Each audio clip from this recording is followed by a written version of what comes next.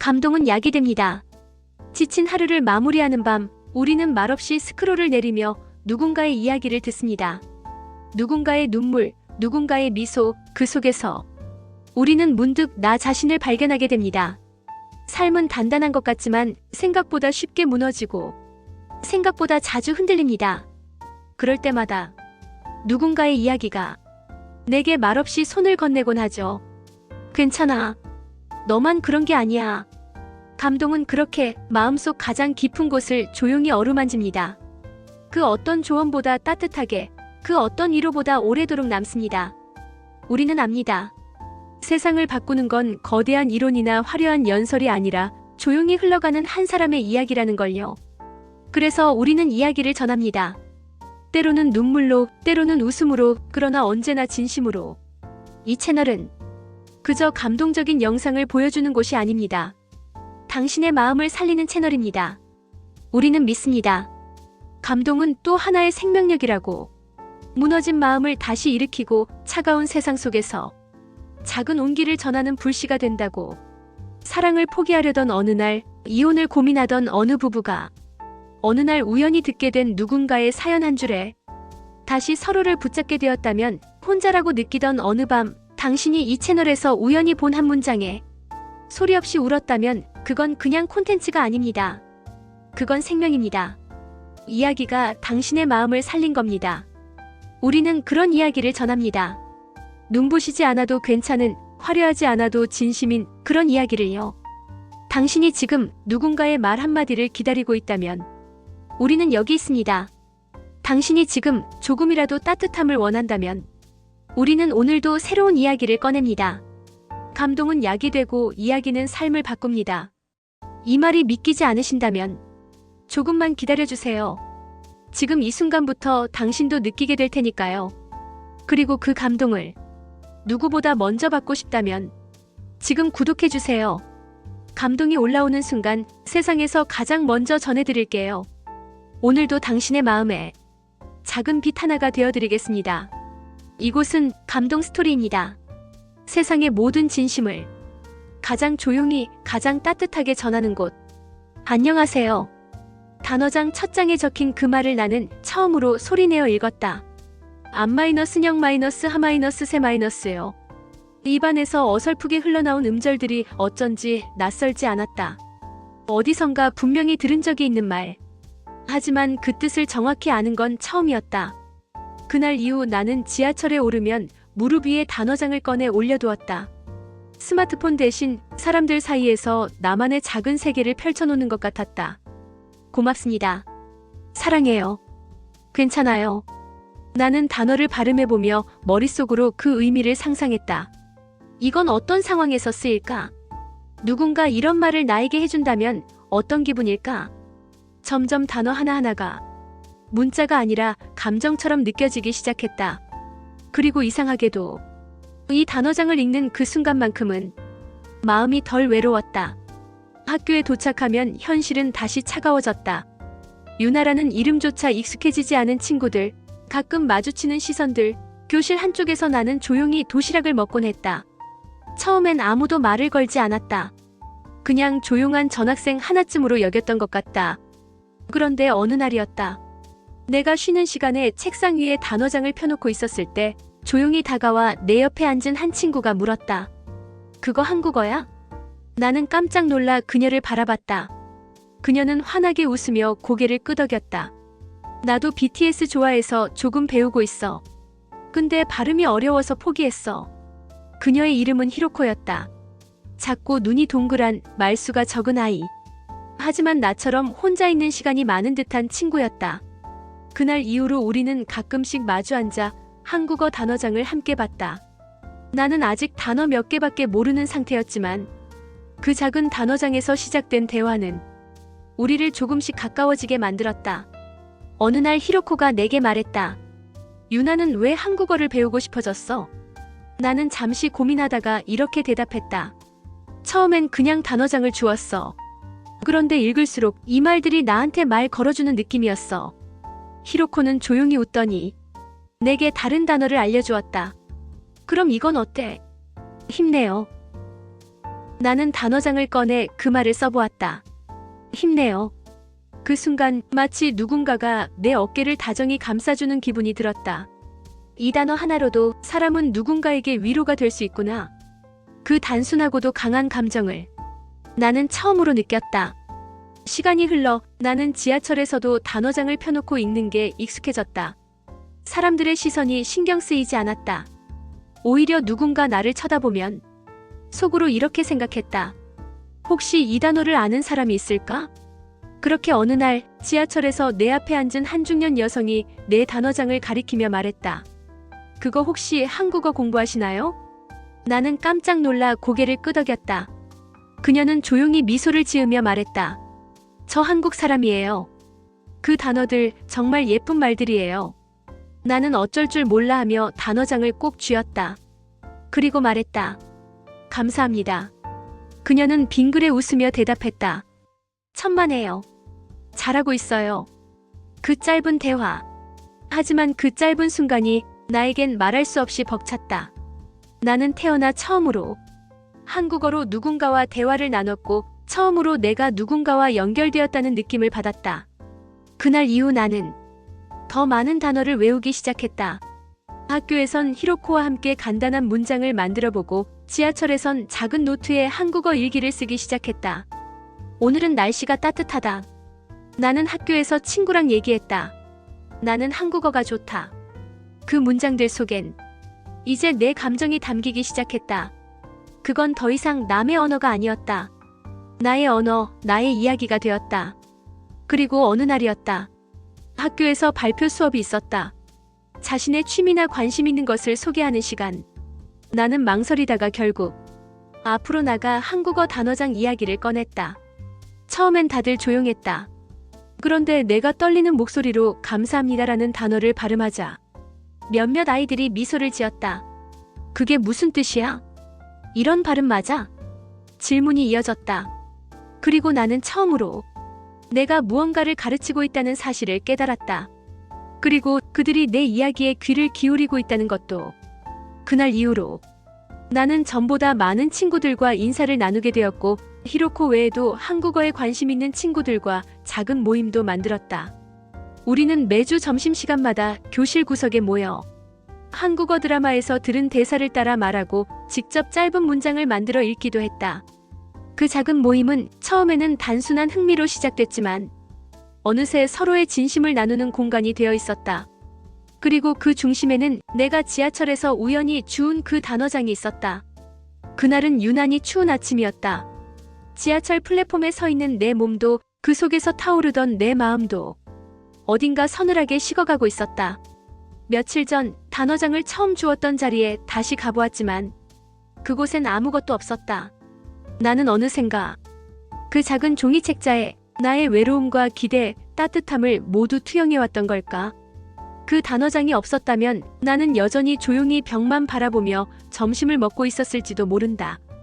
그리고 지금 이 순간 내가 하고 싶은 말도 아무에게도 하지 못한 채 속으로만 삼켰을지도 모른다.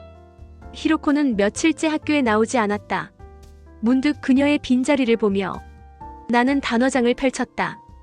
그 안엔 우리가 함께 적었던 작은 메모가 끼워져 있었다.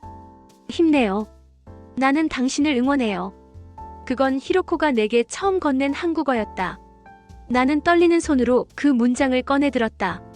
그 말이 오늘의 나에게도 꼭 필요한 말이라는 걸 이제야 깨달았다. 그날 오후 히로코에게서 연락이 왔다. 유나야, 나 전학 가. 나는 멍해졌다. 갑작스러운 이별.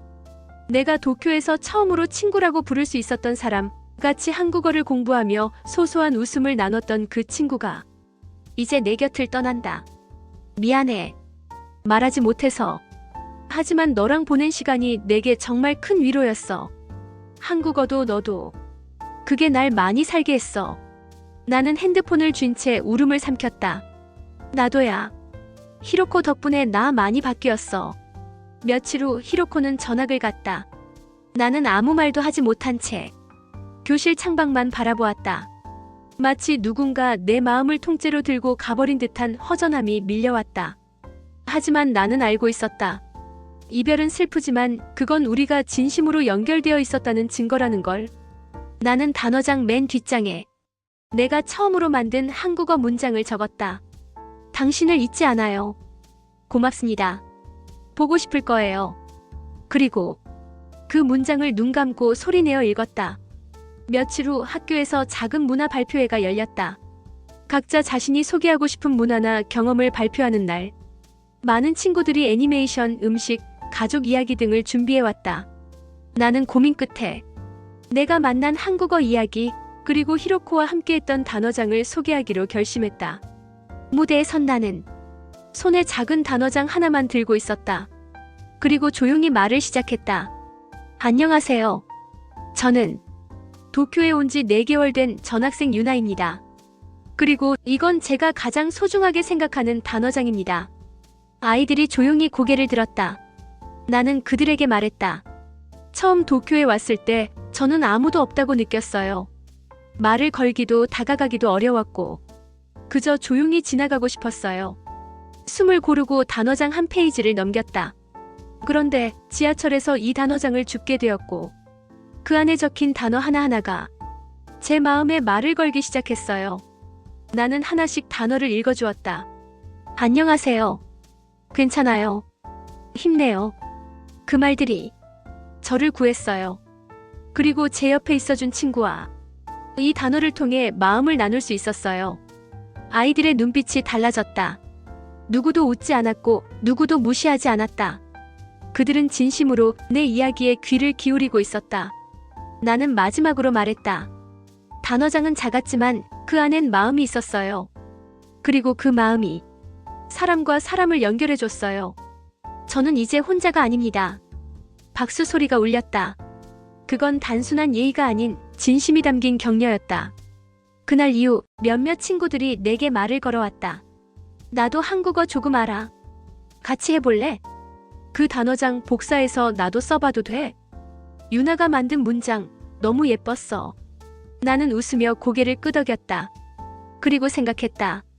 처음 한국어를 읽기 시작했을 때 나는 그저 혼자가 되고 싶지 않아서 시작했지만 이제는 그 언어가 누군가의 마음을 살리는 도구가 되었다는 걸. 나는 이제 매일 단어장 맨 뒤에 한 문장을 써내려간다. 누군가에게 건넬 수 있는 작고 따뜻한 말 한마디를. 하루하루는 여전히 바쁘게 흘러갑니다. 도쿄의 아침도 변함없이 분주하고 지하철은 여전히 수많은 사람들로 가득 차 있습니다. 그 속에서 나는 예전처럼 단어장을 꺼내고 천천히 페이지를 넘기며 하루를 시작합니다. 하지만 지금의 나는 이제 더 이상 혼자가 아닙니다. 히로코는 전학을 간 이후에도 가끔 연락을 줍니다. 오늘은 혼자 김밥 만들어 봤어. 한국어 자막 있는 드라마 봤는데 유나가 알려준 단어가 나오더라. 보고 싶다.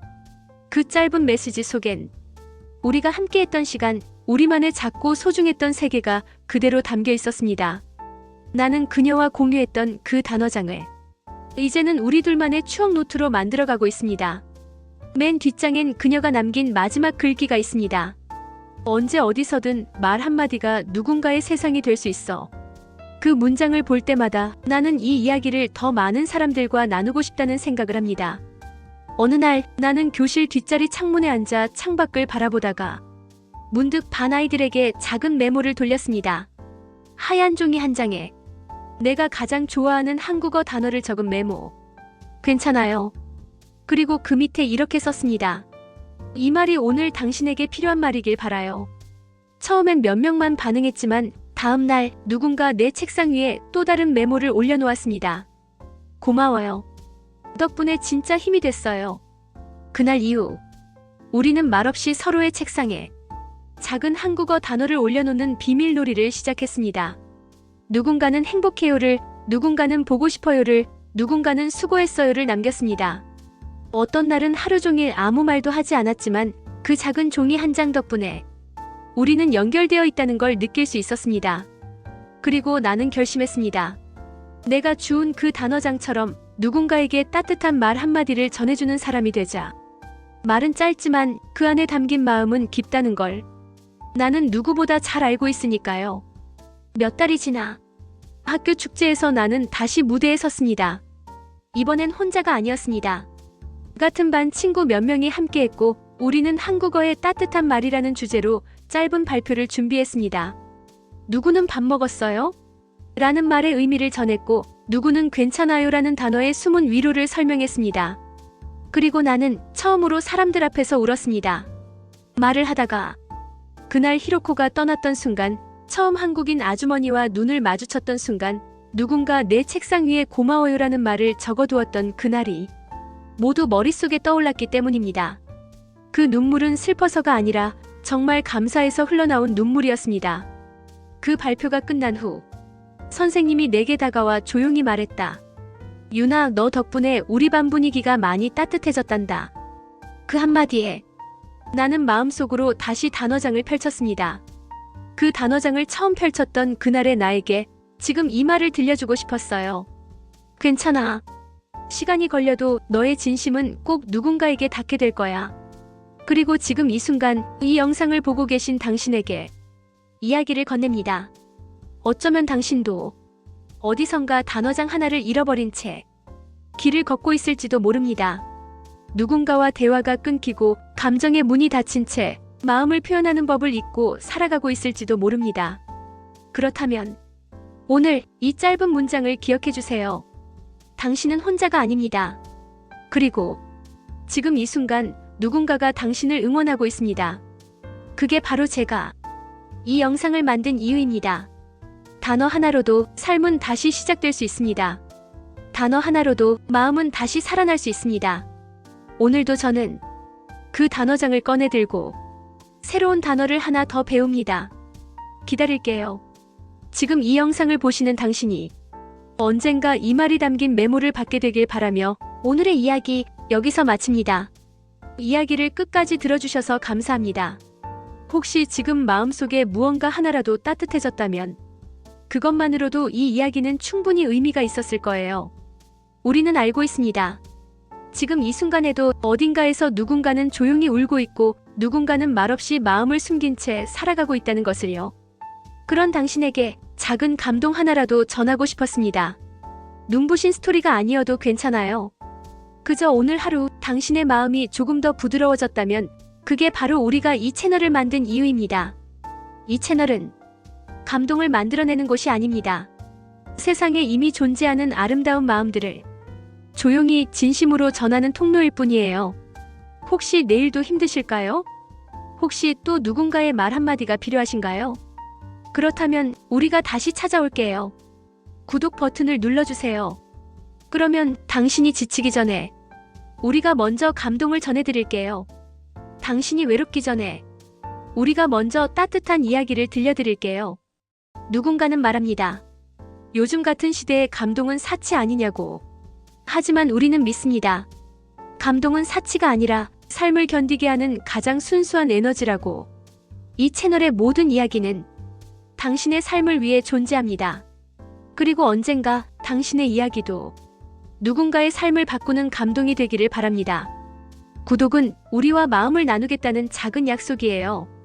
지금 그 약속을 함께 해주신다면 앞으로 당신이 듣게 될 수많은 이야기들이 조금 더 따뜻하게 당신을 감싸줄 거예요. 감동 스토리 구독하고 가장 먼저 감동을 받아보세요. 좋아요와 댓글은 우리가 이어져 있다는 신호입니다. 이야기는 끝났지만 우리의 마음 연결은 지금 시작입니다. 감동은 약이 되고 이야기는 삶을 바꿉니다. 우리는 당신의 마음을 살리는 채널 감동 스토리입니다.